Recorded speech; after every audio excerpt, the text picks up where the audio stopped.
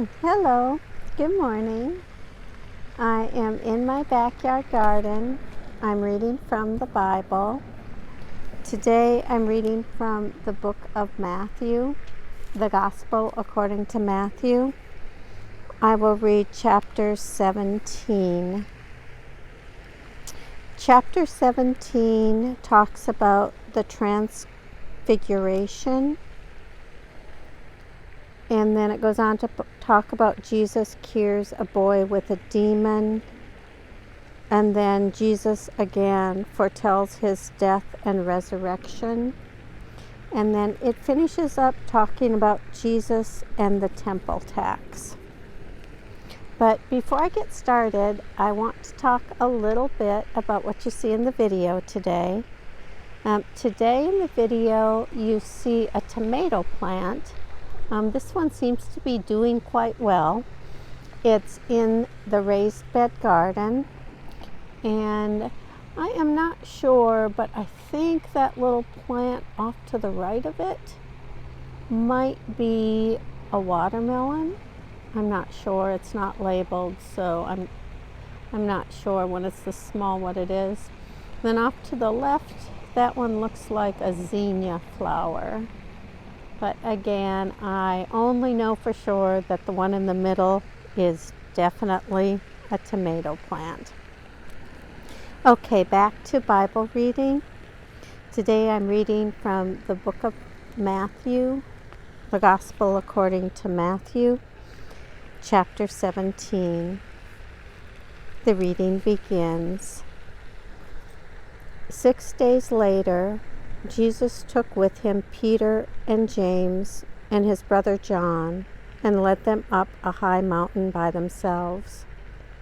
And he was transfigured before them, and his face shone like the sun, and his clothes became dazzling white. Suddenly there appeared to them Moses and Elijah talking with him. Then Peter said to Jesus, "Lord, it is good for us to be here.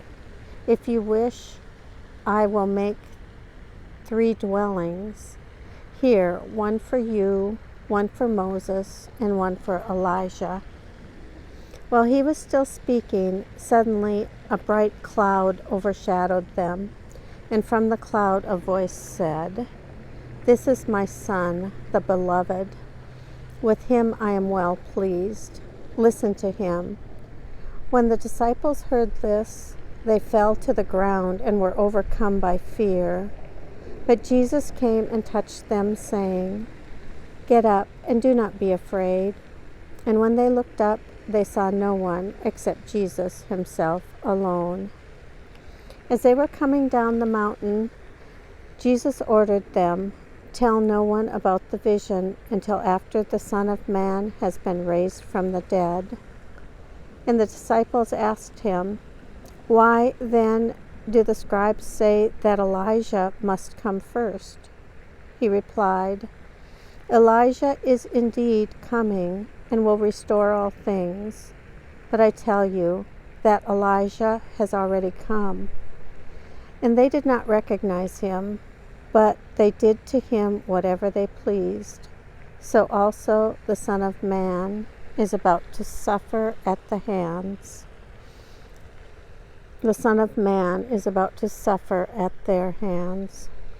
Then the disciples understood, and he was speaking to them about John the Baptist. When they came to the crowd, a man came to him, knelt before him, and said, "Lord, have mercy on my son, for he is an epileptic, and he suffers terribly. He often falls into the fire and often into the water. And I brought him to your disciples, but they could not cure him." Jesus answered, "You faithless and perverse generation, how much longer must I be with you? How much longer must I put up with you? Bring him here to me." And Jesus rebuked the demon, and it came out of him, and the boy was cured instantly. Then the disciples came to Jesus privately and said, Why could we not cast it out? He said to them, Because of your little faith. For truly I tell you, if you have faith the size of a mustard seed, you will say to this mountain, Move from here to there, and it will move, and nothing will be impossible for you. As they were gathering in Galilee, Jesus said to them, The Son of Man is going to be betrayed into human hands, and they will kill him, and on the third day he will be raised. And they were greatly distressed. When they reached Capernaum, the collectors of the temple tax came to Peter and said, Does your teacher not pay the temple tax? He said, Yes, he does. And when he came home, Jesus spoke of it first, asking, What do you think, Simon? For whom do kings of the earth take toll or tribute? From their children or from others? When Peter said, From others, Jesus said to him, Then the children are free. However, so that we do not give offense to them, go to the sea and cast a hook. Take the first fish that comes up, and when you open its mouth, you'll find a coin. Take that and give it to them for you and for me. Here ends the reading of Matthew chapter 17, the Gospel according to Matthew.